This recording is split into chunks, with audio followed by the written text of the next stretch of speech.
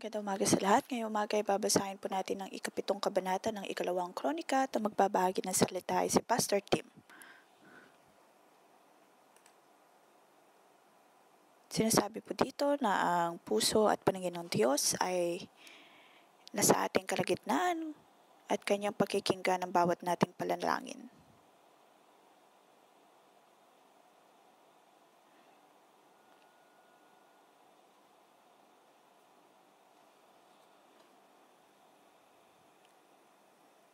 Ang Diyos ay natutuwa sa atin at kinalulugdan ang ating paglapit sa Kanya.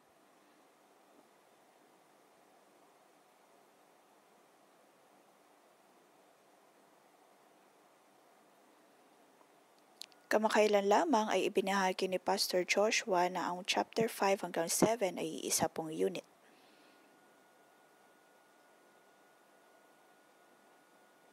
Tungkol po ito sa paghahandog ni Solomon ng templo. At ito po ay nangyari sa panahon ng Pista ng Tabernakulo.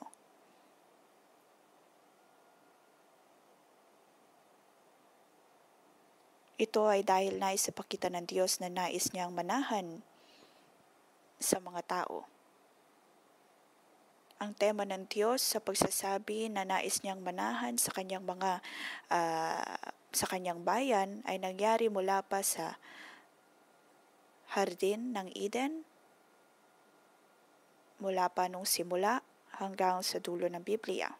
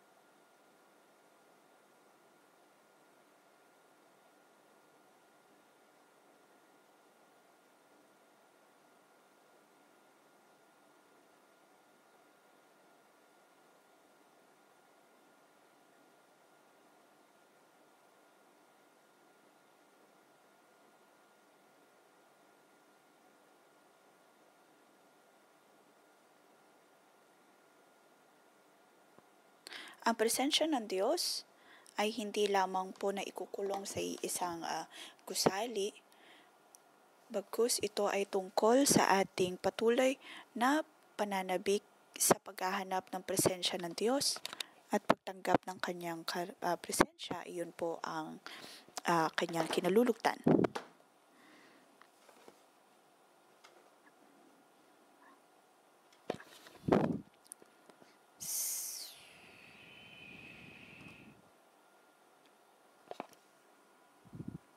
Dapat patuloy po tayong manabik na hanapin ang presensya ng Diyos.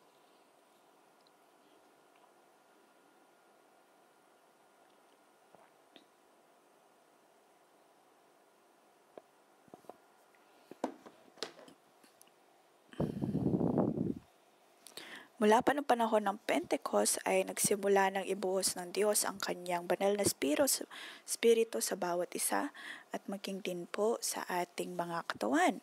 Kaya naman sinasabi na tayo ay sisidlan ng banal na spirito o templo ng Diyos. Hindi na kinakailangan na dapat tayong pumunta sa Jerusalem para magtungo sa pisikal na templong nababanggit sa Biblia. Tayo na mismo ay sisidlan o kaya ay templo ng Diyos at ang dapat lamang natin gawin ay ang patuloy siyang hanapin, patuloy na dumulog sa Kanya. Ngayon tayo po ay nagdiriwang ng Pista ng Tabernakulo at dapat na malaman natin na ang Diyos ay patuloy na mananahan sa atin.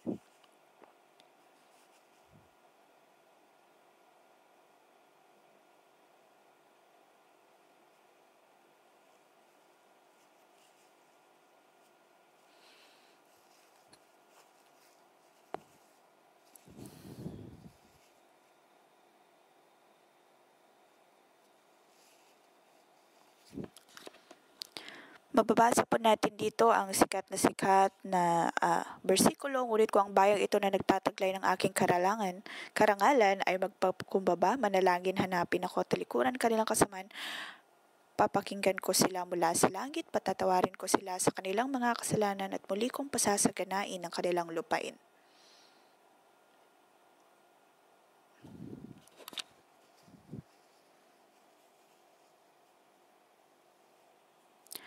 Sa kabanatang ito, sinubukan kong bilangin kung ilang beses na nabanggit ang panalangin at nabanggit po ito ng 14 na beses.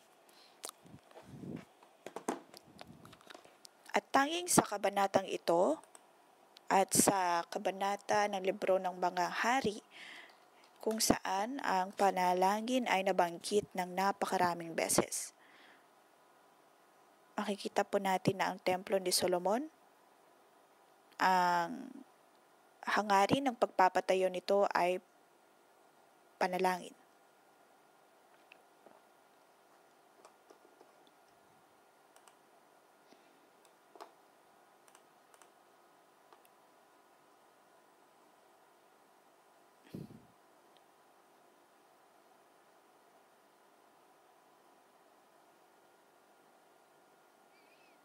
Bibigyan po natin ang kabanatang ito ng pamagat na punuin ng Diyos ang templong ito ng panalangin.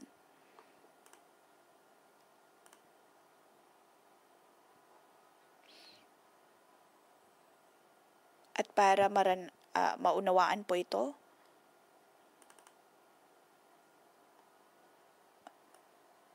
nabasa po natin kahapon ang panalangin ni Solomon.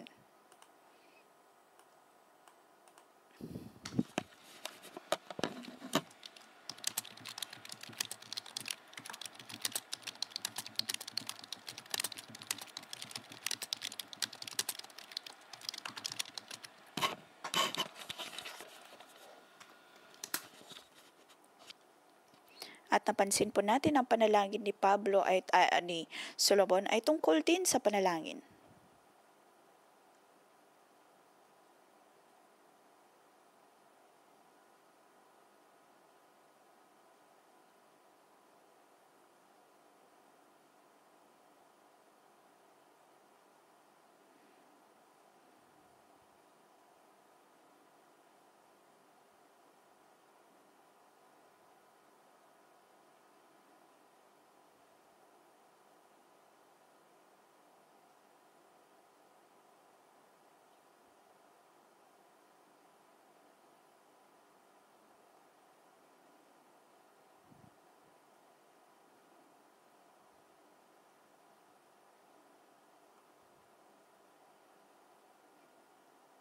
Nais ng Diyos na dumulog sa tao sa pamamagitan ng panalangin. Ang nais niya ay ang manalangin po tayo, ipanalangin maging ang ating pagkakasala at manalangin ayon sa pangalan ng Diyos. Ito po ang kanyang kalooban. Kaya naman ang templo ng Diyos ay templo po ng panalangin.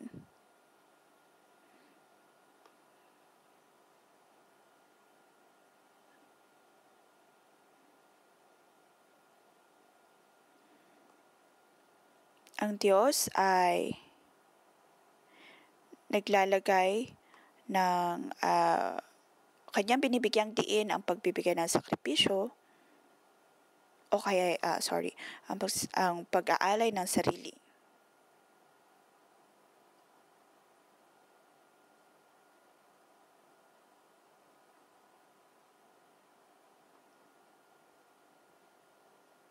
Verse 1 to 10 ay ang unang talata po sa kabanatang ito.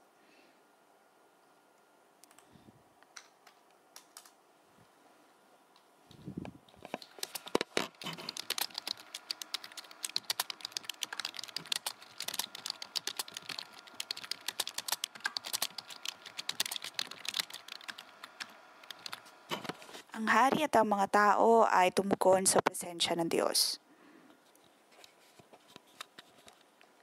Sabi po dito sa kabanatang ito, pagkatapos manalangin ni Solomon, may apoy na bumaba mula sa langit, tinupok ang mga handog at ang templo at napuno ng kalwatitian ni Yahweh.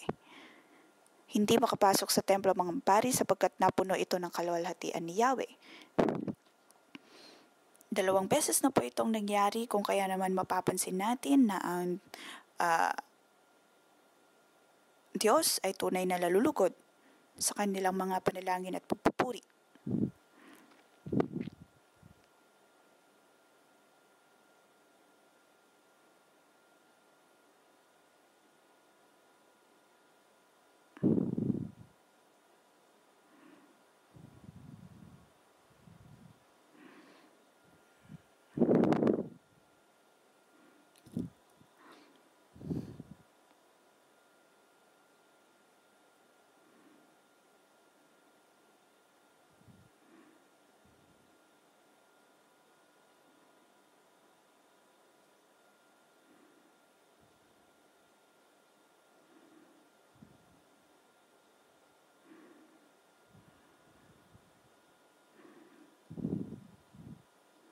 Makikita po natin kung paano ang Diyos ay nalulugod sa kanyang mga anak.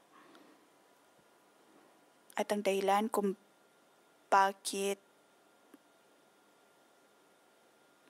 patuloy na naghahandog si Solomon sa templo ay dahil nakikita ito ng Diyos. Si Haring Solomon ay tumugon sa 3 paraan, verse 3 hanggang 4 at 5, sila ay naghandog ng mas marami pang mga handog.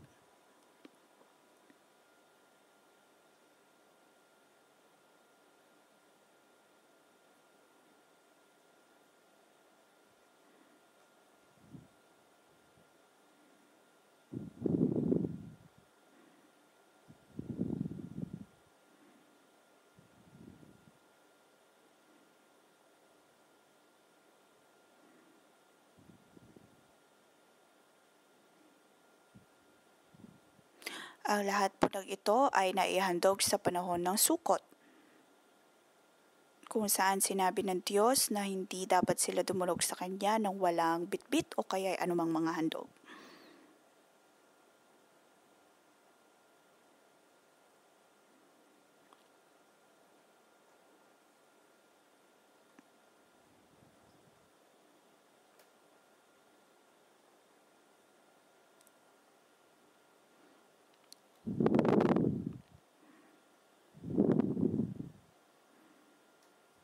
Ang Diyos ay patuloy na naroon kahit na paulit-ulit na ang mga tao ay natitisod at nagkakasala, ngunit hindi po sila kinalimutan ng Diyos. Pinili pa rin ng Diyos na manahan sa kanyang templo, lalo na sa Jerusalem. At bilang pagtugon, ang hari at ang mga tao ay patuloy na naghandog sa kanya. Sila ay nagpapasalamat sa kanyang presensya na patuloy na sumasama sa kanila. At sunod ay mula sa verse 6, kung saan ang mga pari at ang mga Levita ay pinatunog ang kanilang mga trompeta at mga instrumento. At tumugtog ng mga instrumento bilang pagtugon sa Diyos, tumugon sila ng may pagpupuri.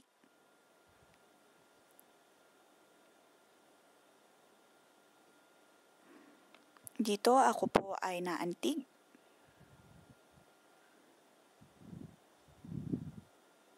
Dahil si Haring Solomon at ang mga tao ng mga Israelita, sila ay tumugon sa Diyos ng may mapagpasalamat na puso.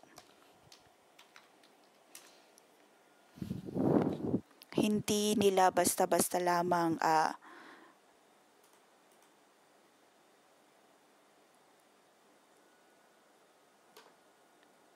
hindi nila sinawalang bahala ang presensya ng Diyos.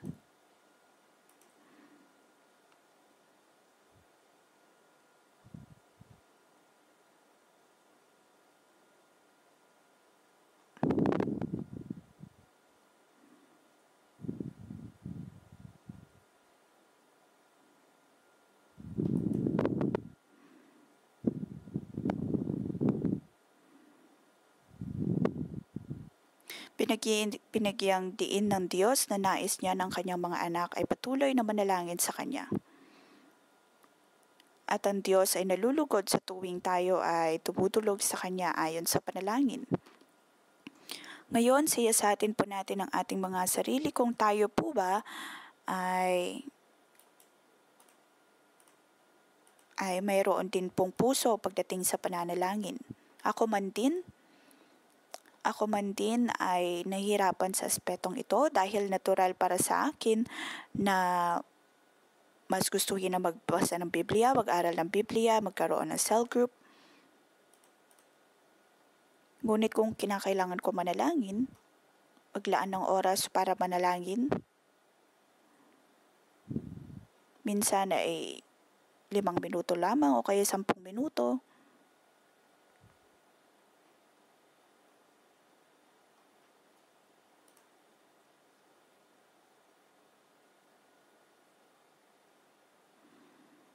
At nais ko ding sabihin na ako man din po ay nahihirapan na laging pananalangin.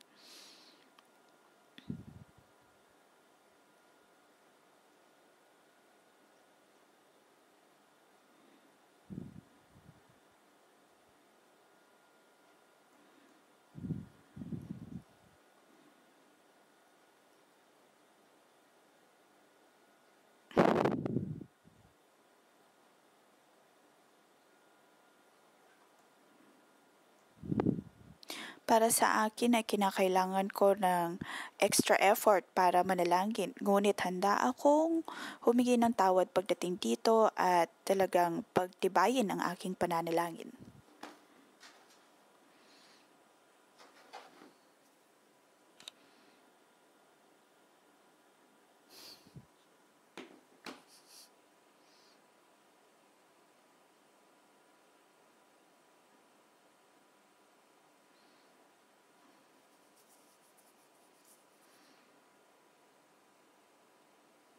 At alam ko na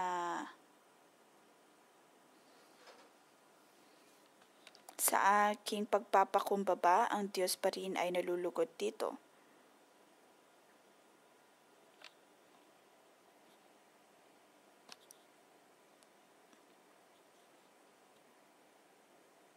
Naway magkaroon din po tayo ng puso sa pananalangin.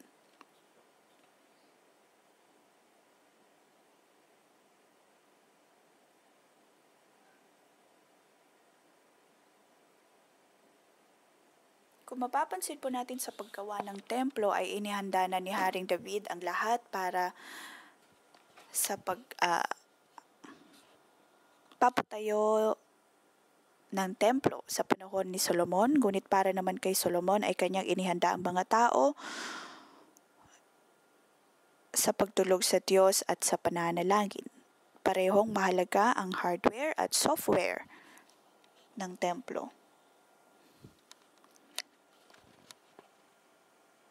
Sa lumang tipan ay tinuturuan na po tayo ng Diyos kung paano nga ba tayo patuloy na sumunod sa Kanya ayon sa Kanyang kalooban. Sunod ay verse 11 hanggang 17, ang panalangin ayon sa puso ng Diyos.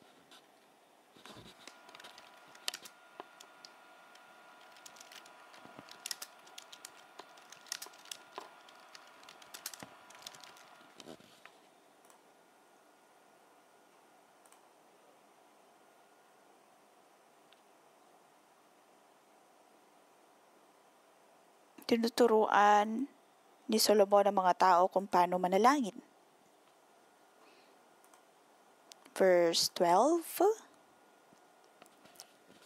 Isang gabi nagpakita sa kanya si Yahweh at sinabi sa kanya, narinig ko ang iyong panalangin, tinatanggap ko ang lugar na ito upang dito ninyo ako handugan.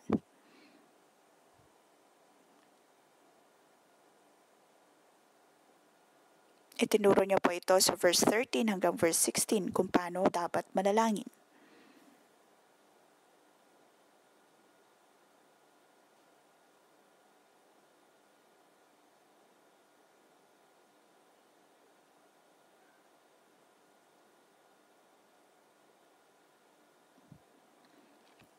Verse 13 hanggang 15. Isara ko man ang langit at hindi na umulan, utusan ko man ang mga balang upang salantain ang lupaing ito. Magpadala man ako ng salot sa aking bayan, ngunit kung ang bayang ito na nagtataglay ng aking karangalan ay magpakumbaba, manalangin, hanapin ako, talikuran kanilang kasamaan, papakinggan ko sila mula sa langit, patatawarin ko sila sa kanilang mga kasalanan at muli kong pasasaganahin ang kanilang lupain.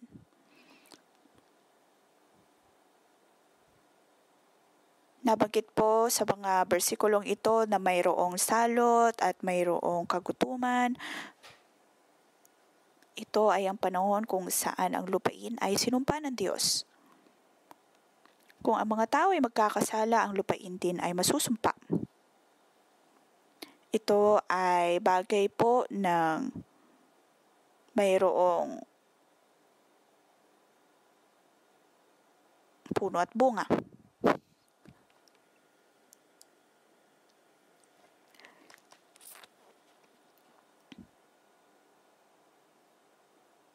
Dito tinuturo ni Solomon o kaya binibigyang diin na ang bawat nating ginagawa ay mayroon pong bunga. Mayroon pong epekto. Kung babasahin po natin ito sa panahon natin ngayon o kaya sa konteksto na mayroon po tayo ngayon, para bang ang mga salot na ito ay napakalayo sa atin?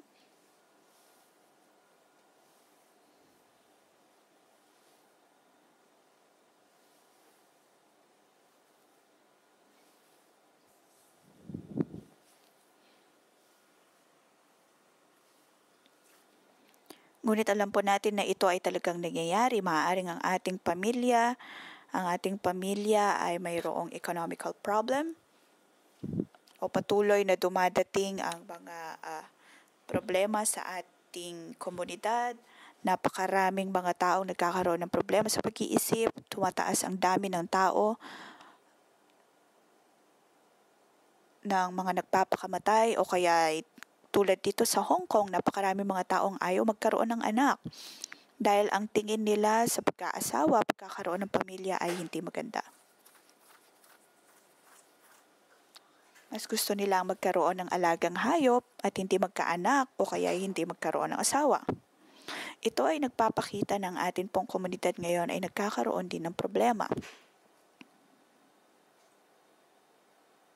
Ang problema sa politika, problema sa ekonomiya ay palala ng palala. At sinasabi ni Solomon,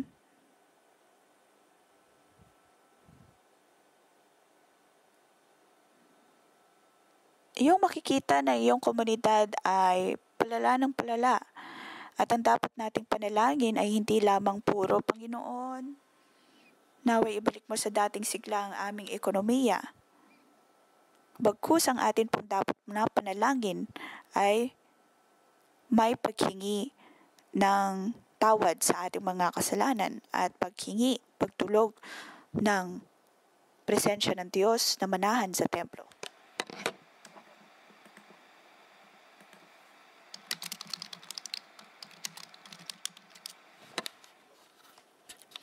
Sa mga bersikulong ito ay mayroon po tayong makikitang mga pandiwa. Ang bayang ito na nagtataglay ng karangalan ay magpakumbaba, manalangin, hanapin ako at talikuran ang kanilang kasamaan.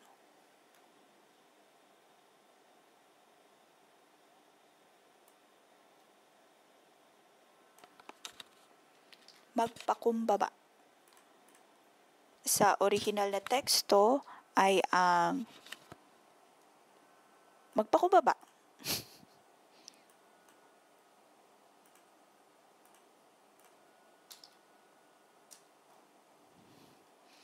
Ito ay pagsasabi sa Diyos na tayo ay nagkamali, lumayo sa kalooban ng Diyos at aminin sa Kanya na tayo ay nagkasala at nagkaroon ng problema. Sunod ay manalangin. Sa ating panalangin tayo po ay magpakumbaba at sabihin ang ating mga maling ginawa. Ikatlo ay hanapin. Hanapin at unawain kung bakit nagkakaroon tayo ng ganitong mga problema o kaya salot sa lipunan. Maaaring mapaulit-ulit na dumarating ang problema sa ating pamilya.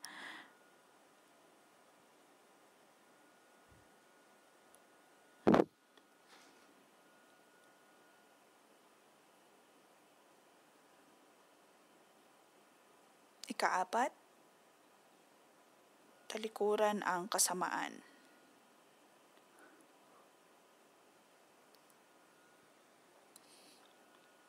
Talikuran ang kasamaan at huwag nang magpatuloy sa mga pagkakasalang ito. Ang Diyos ay gumamit ng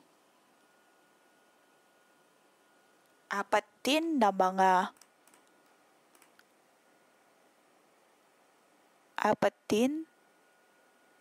na pandiwa. Papakinggan ko sila mula sa langit, patatawarin sa kasalanan at muling pasasaganain ang kanilang lupain. Babantayan at pakikinggan ang pangalangin inaalay nila rito.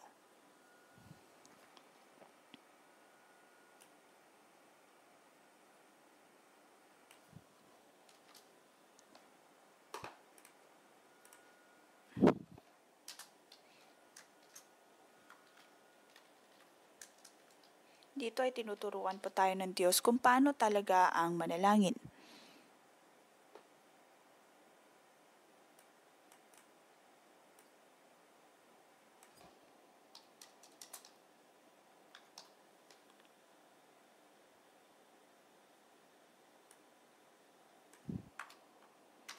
Mayroon po tayong paraan kung paano humingi sa Diyos at kung paano patuloy na manalangin sa Kanya.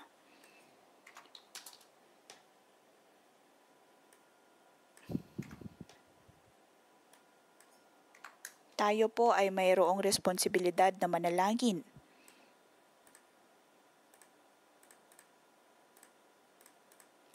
Kamakailan lamang nang tayo po ay nagkaroon ng social movement at pandemya, ang iglesia ay mayroon pong responsibilidad na patuloy na manalangin para sa komunidad.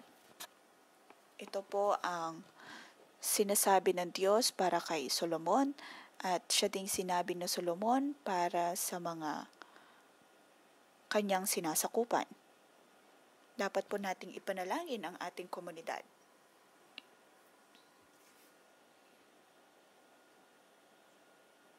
Pagkatapos sa verse 16, nagpatuloy na sinabi ng Diyos, pinili ko at inuukol ang templong ito upang dito ako sambahin magpakailanman. Lagi kong babantay at mamahalin ang templong ito magpakailanman.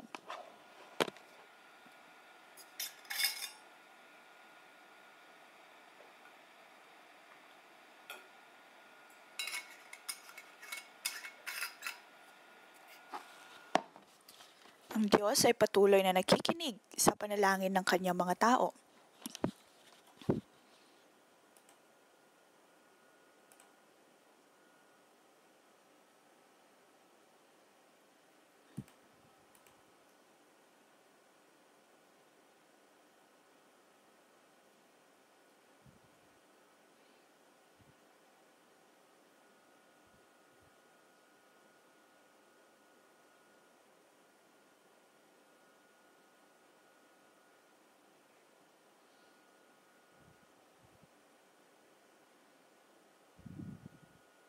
Ang ating pong panalangin ay makapangyarihan. Kung tayo po ay manalangin, huwag po nating isipin na ang Diyos ay bulag o kaya ay hindi nakikinig.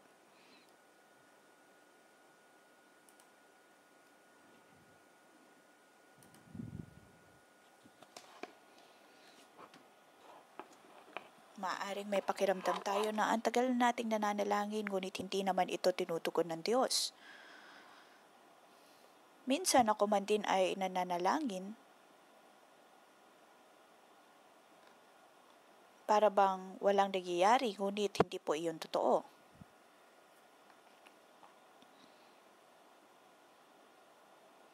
Ang panalangin na kalugod-lugod sa Diyos ay kung handa po tayong magpakumbaba sa Kanya, humingi ng tawad sa bawat nating pagkakasala. Ang Diyos ay handang makinig. At ngayon, ang presensya nga ng Diyos ay hindi limitado sa templo ng Jerusalem. Sa bagong tipan ay nabanggit na po doon na ang presensya ng Diyos ay nasa kanyang iglesia.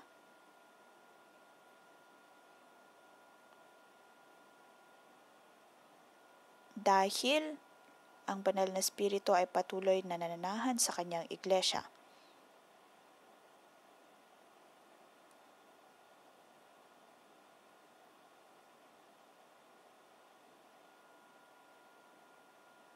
Ngayon ay pinag-uusapan po natin ang paghingi ng tawad. At sinasabi din po ng Diyos sa atin ngayong panahon ng sukot ng presensya ng Diyos ay narito. Ang presensya ng Diyos ay narito, tayo po ba ay nanalangin?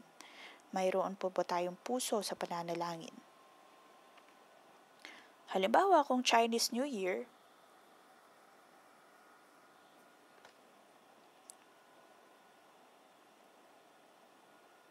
kapag nakikita po natin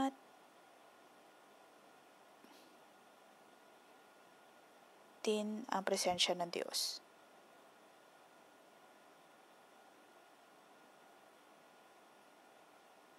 Pinapakinggan po ng Diyos ang bawat nating panalangin.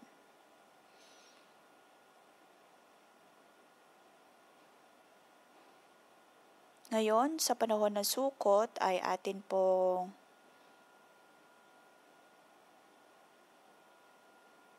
harapin ng Diyos. Ang Diyos ay natutuwa sa bawat po nating panalangin. At sa ating pananalangin, ang Diyos ay patuloy na mananahan sa atin.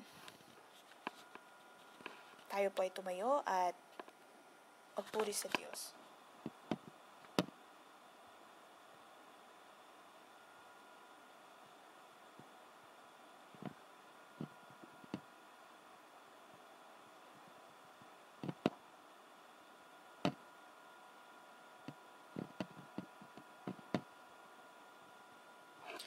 Panginoon, naway patuloy mo kaming samahan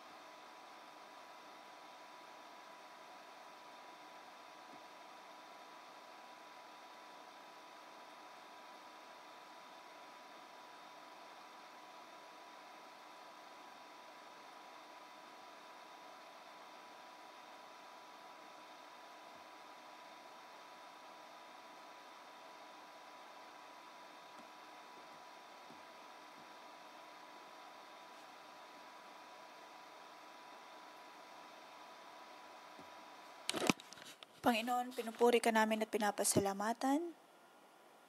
Ikaw ay aming pinupuri dahil ikaw ay Diyos na nagbibigay pagpapahalaga sa panalangin at iyong binibigyang kahalagahan ang pagkakaroon ng maayos na komunikasyon sa amin. Panginoon, madalas ay hindi kami makapag-focus sa pananalangin.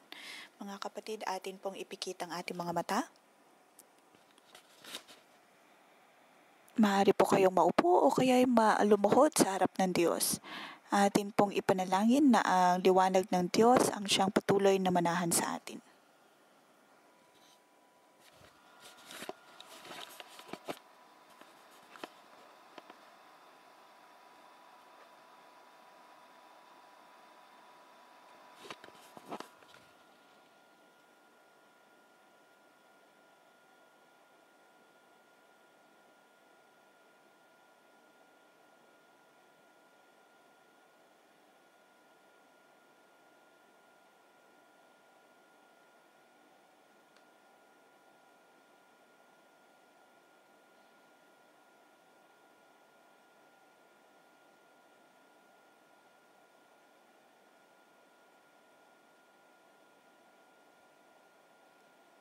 Tayo po ay manalangin sa Diyos.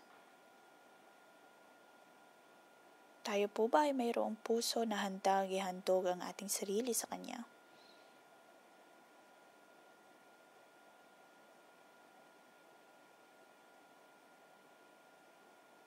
Naway ipakita ng Diyos sa atin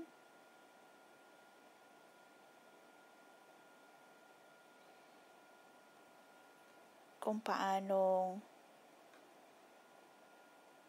nagagawa po ba nating manalangin sa Diyos ng taos puso. Maaaring may mga pagkakataon na umaasa lamang tayo sa ating sarili, kaya naman sa panahon ng problema ay hindi natin alam kung paano ang manalangin.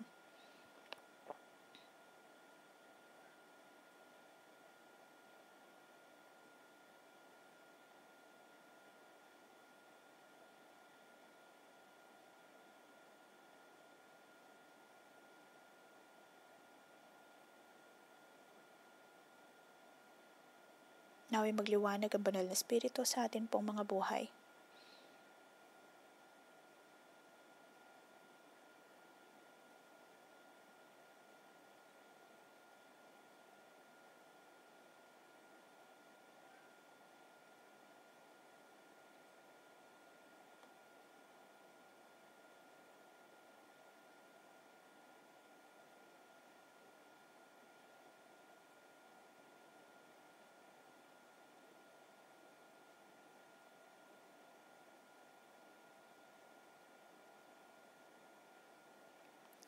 Sa panalangin, nakikita ko na madami po sa atin ay nananalangin para sa ating mga kamag-anak, ngunit napansin natin na hindi pa sila gumagaling.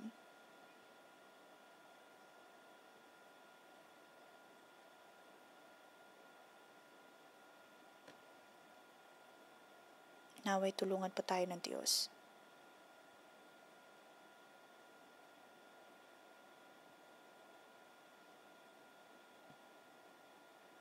Panginoon, patawarin mo kami sa aming pag-asa lamang sa aming sarili. Naway pagalingin mo ang aming pong mga puso.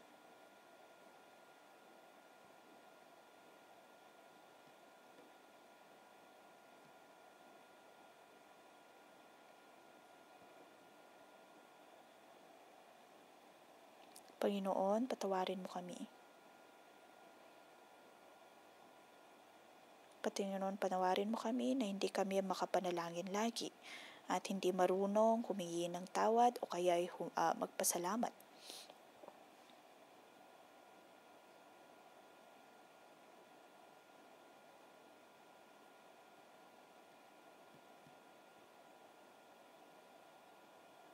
May mga pagkakataon na sa aming pagpunta sa iglesia para lang kami pumapasok sa club. Hindi kami dumadating dito para purihin ka, makinig sa iyo o kaya manalangin sa iyo. Pumupunta kami dito para sa mga tao, para lamang tumanggap ng anointing, ng paggaling.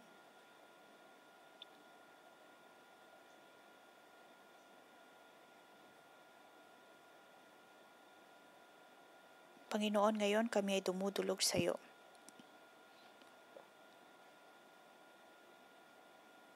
Panginoon, patawarin mo ang aming kawalan ng pananampalataya sa iyo. Patawarin mo, O Diyos, maging ang pagdududa na mayroon kami, ang mentalidad namin sa pagtutut sa iyo, na madalas ay ginagawa lamang namin ito upang humanap ng kalutasan sa aming problema.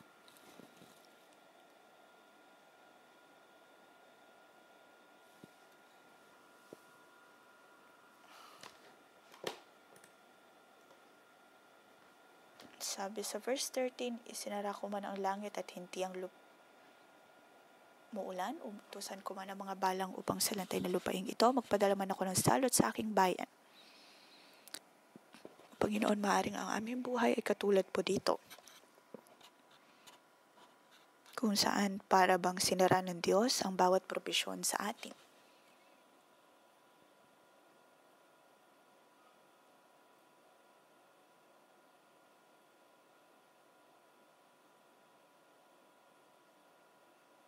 Kung tayo po ito, pakiramdam natin na ang dami na nating ginagawa, ngunit nakakatanggap pa rin ng kakaunti. Kung ito po ang iyong sitwasyon,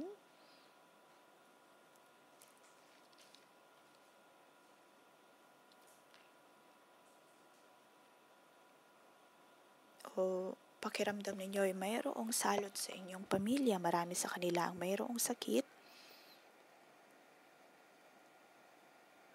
alam ninyo na ang inyong pamilya ay nasa paghuhusga ng Diyos, maaari po kayong tumayo. Mga kapatid, sa inyong pagtayo, tayo po ay manalangin. Dahil sa verse 14, sabi po dito, kung ang aking bayan ay magpapakumbaba, mananalangin, hahanapin at tatalikuran ng kanilang kasamaan, papakinggan ko sila mula sa langit.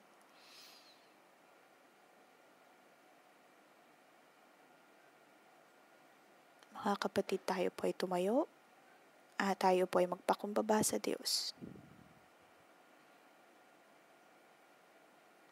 Panginoon, ngayon ako ay nakatayo at aking hinihingan ng tawad ang aking pamilya.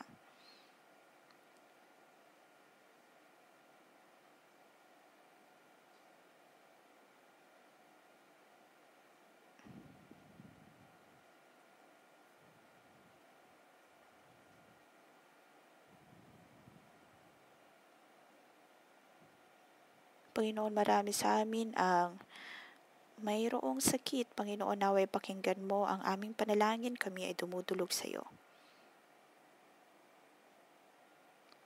Kami ay dumudulog sa iyo, O Diyos, upang hingan ng tawad ang aking kasalanan at kasalanan ng aking pamilya.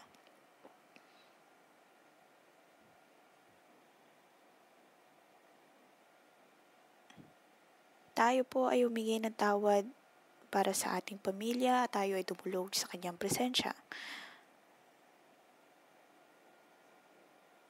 Panginoon, ako ay dumudulog sa iyo.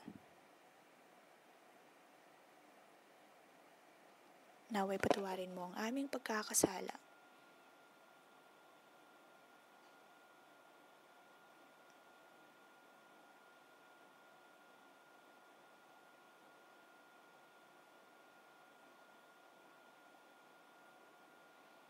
May mga pagkakataon, O Diyos, na kami ay napakayabang at iniiwasan namin ang bawat mong pagpapaalala.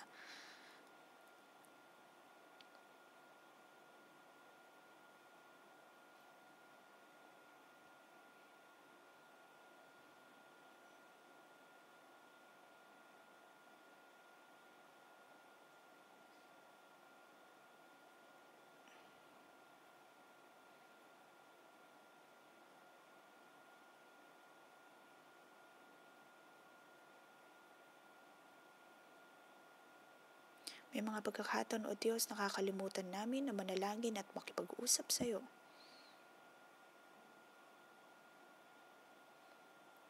Ngunit ngayon, O Diyos, nais naming lisan ang bawat pagkukulang na ito.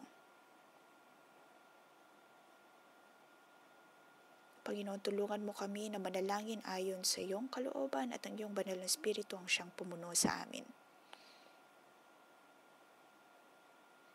Baguhin mo kami, O Diyos, at patuloy na dalisayin.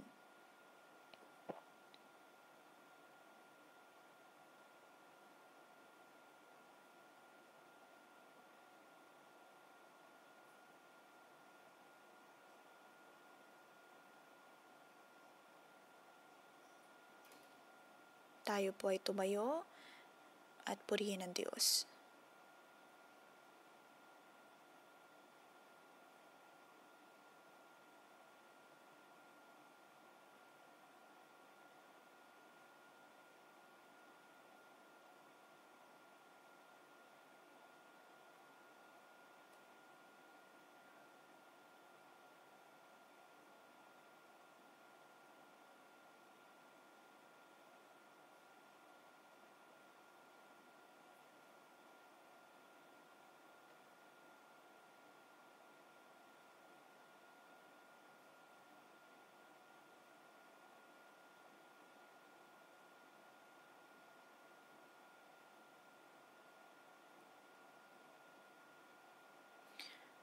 Panginoon, naway pakinggan mo ang bawat naming panalangin.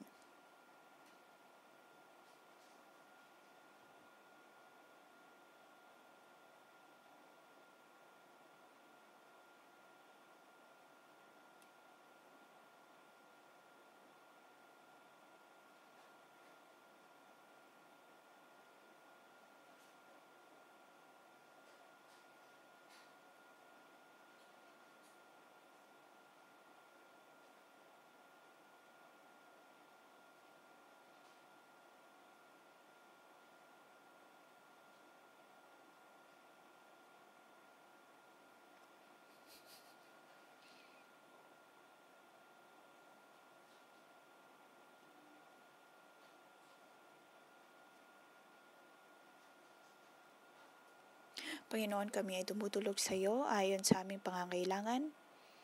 Kami ay nagpapakumbaba at patuloy na hinahanap ang iyong muka.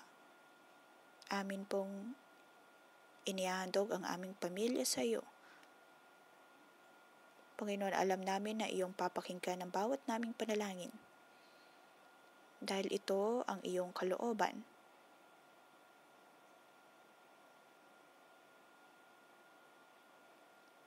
Tayo po ay ipanalangin po natin ang ating mga branch churches. Alam natin na ang presensya ng Diyos ay hindi lamang nananahan sa June 1, pagkus ay sa bawat sulok ng Hong Kong at ng mundo.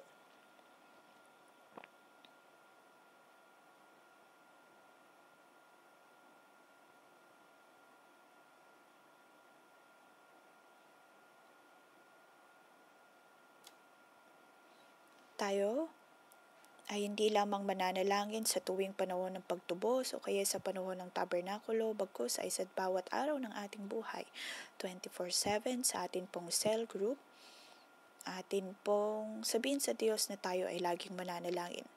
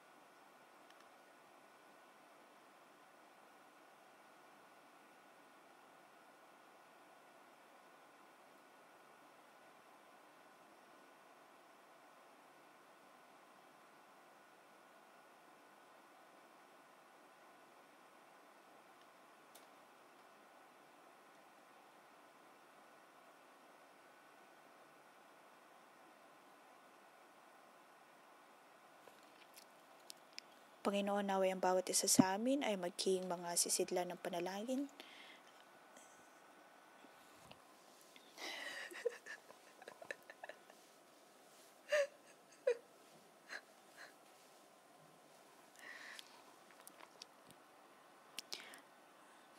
Panginoon, naway punuin ng iyong banal na Espiritu ang bawat branch church. Sa ngalan ng Panginoong Hesus, aking pinoproklama.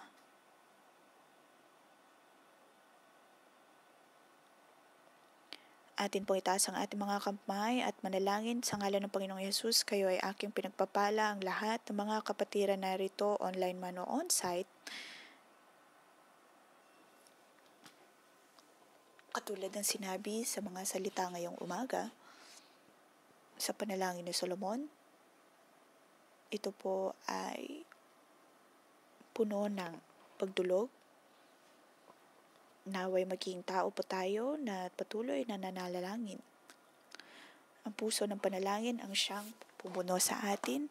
Gagawin natin ito dahil ito'y responsibilidad. Pagkus ay gagawin natin ito dahil parte na po ito ng ating buhay. Isang natural na bagay katulad ng ating paghinga.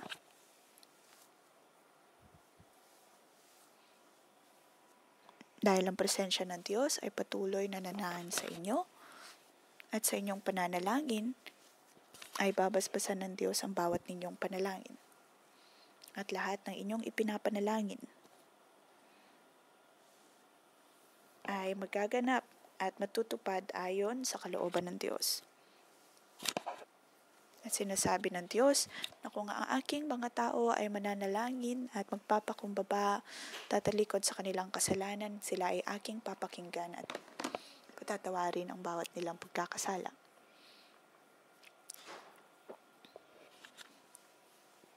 Sa ngalan ng Panginoon Hesus, kayo ay aking pinagpapala, hindi lamang sa tuwing araw ng pagtubos. Naway magawa po natin ito bawat araw, ang humingi ng tawad at manalangin. Magkaroon ng puso na handang humingi ng tawad lagi. Sa ngalan ng Panginoong Hesus, kayo ay aking pinagpapala. Matapos ang panalangin ni Solomon, ay dumating ang apoy mula sa Diyos upang sunugin ang bawat nilang handog. At ito'y kanyang kinalugdan. Sa atin pong pananalangin,